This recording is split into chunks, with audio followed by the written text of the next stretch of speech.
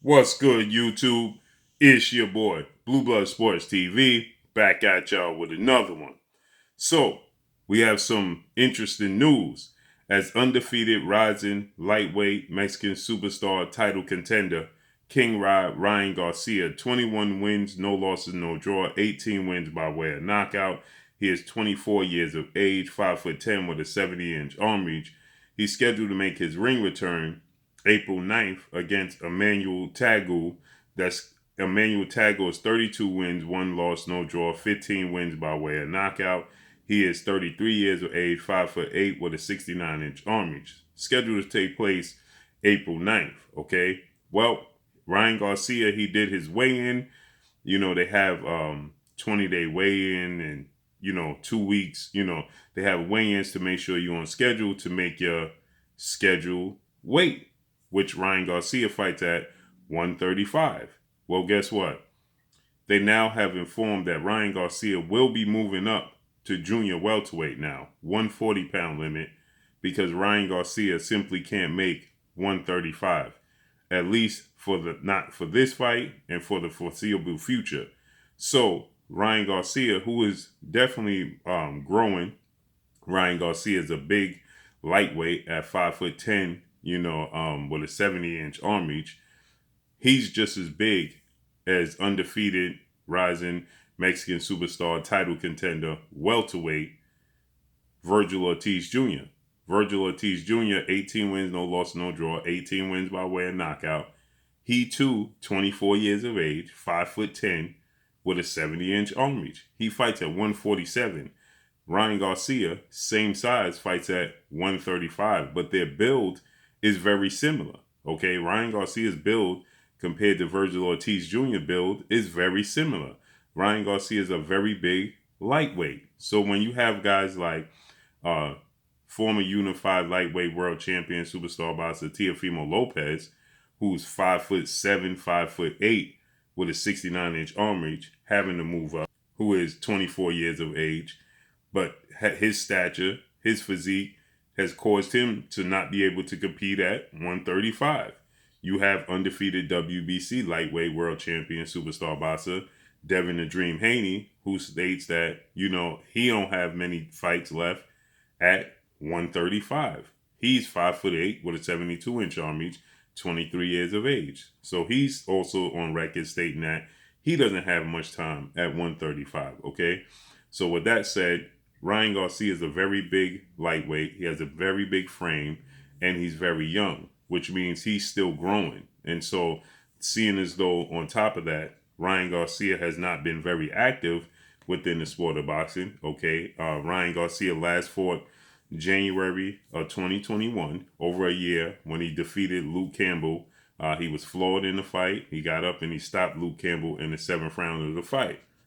But that's the last time we saw Ryan Garcia in the squared circle. So with that said, it's not shocking to know that Ryan Garcia, with his long, extensive layoffs, not being very active when he is active, okay, not competing many times a year when he is active, okay, you think about it. He fought once in 2020, once in 2021, okay, he fought once in twice in 2019, twice in 2018, but he's just not very active for a guy his age, okay, and his frame to be at that division. So with that said, now he's going up to 140. So now the fight has been moved to 140. But seeing as though this is not a title fight, so it's not a title fight, there's no belts on the line, so he don't stand anything to lose. Now, this happens many times when fighters first come back. They have catch weights, weights, a few pounds above their weight, when they coming back. We just saw Adrian Broner initially tried to make 140, and his fight ended up being at 147, okay? So this happens in the sport of boxing. There was a period of time where 4-division world champion Mexican superstar boxer Saul Canelo Alvarez, who's considered the face of the sport of boxing, top 3, if not number 1, best pound-for-pound fighter in the world, where he started fighting at a catchweight of 155 when he couldn't make 154 anymore. That's just 1 pound. So he started fighting at 155. And people started calling it Canelo weight, okay? He was fighting at 155. So with that said, this is not uncommon to see in the sport of boxing. It's just that, how much longer Ryan Garcia, there's plenty of big fights. It was the four kings at 135. You had Teofimo Lopez, you have Ryan Garcia, you have Devin Haney, you have Vasil Lomachenko. Now you have George Kambosos Jr., who's on the scene. There was the four kings: Teofimo Lopez, Gervonta Tank Davis, Ryan Garcia, and Devin Haney. Okay. Gervonta Tank Davis, he already competed at 140. Okay. He campaigned at 140 and challenged Mario Barrios for his WBA regular title at 140. That was 2 fights ago. Okay. So he's ventured off to 140. Teofimo Lopez, he just lost his titles to newly crowned undefeated Australian star boxer George Kambosos Jr.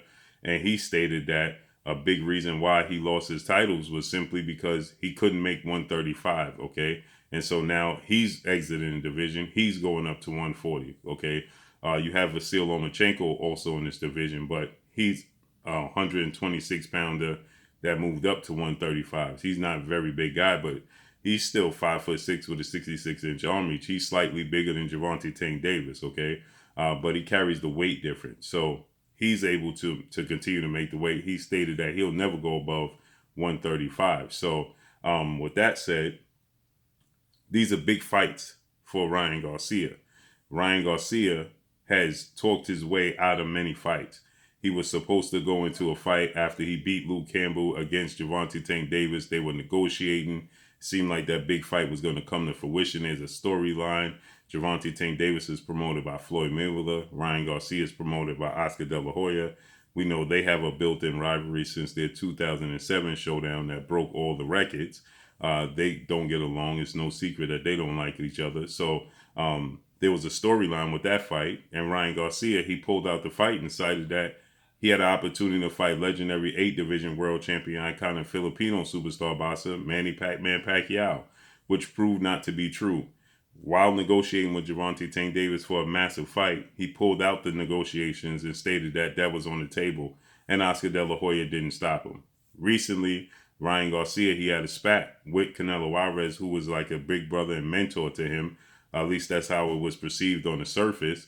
And Ryan Garcia parted ways with Canelo Alvarez's longtime trainer and his most recent trainer since 2018 and 2-time trainer of the year, well-renowned trainer Eddie Reynoso. And Ryan Garcia, he said that Eddie Reynoso just didn't have time for him. Well, Canelo Alvarez, he stated Ryan Garcia is not committed to the sport of boxing, not committed to his craft, and is more concerned with his celebrity status outside the ring, okay? Ryan Garcia is known most for his 8 million social media followers, not for what he does in the sport of boxing. Now, he'll tell you that he's setting out to make a name for himself in the sport of boxing and be a celebrity second, but most people view him as a celebrity first and a boxer second, okay? So he's looking to dispel that notion that he's a celebrity first, okay? But it's not showing.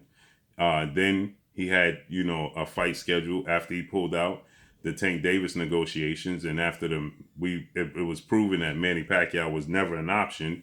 He then went negotiations with another lightweight, rough, rugged vet in Javier Fortuna, and then he cited he had health issues that he had to pull out of that fight. Well, then he was scheduled to face off against Javier Fortuna's, Ryan Garcia's replacement for the Javier Fortuna fight, and Joseph Jojo Diaz, former IBF super featherweight world champion. And Joseph Diaz beats Javier Fortuna. Ryan Garcia enters the negotiations and have a date to fight Joseph Diaz. And, well, once again, he cites that he has an injury and he pulls out of that fight.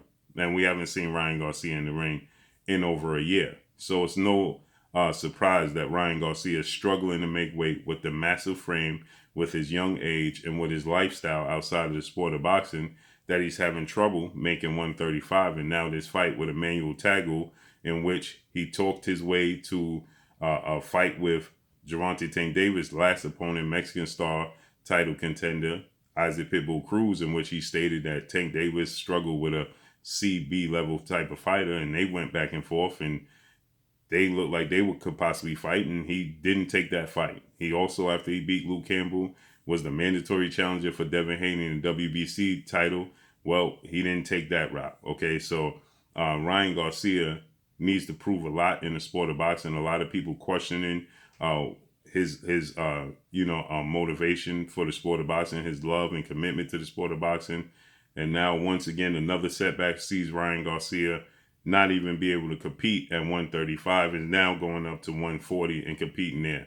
Once he goes up to 140, I'm hard pressed to see Ryan Garcia be able to come back down to 135. His frame is too big.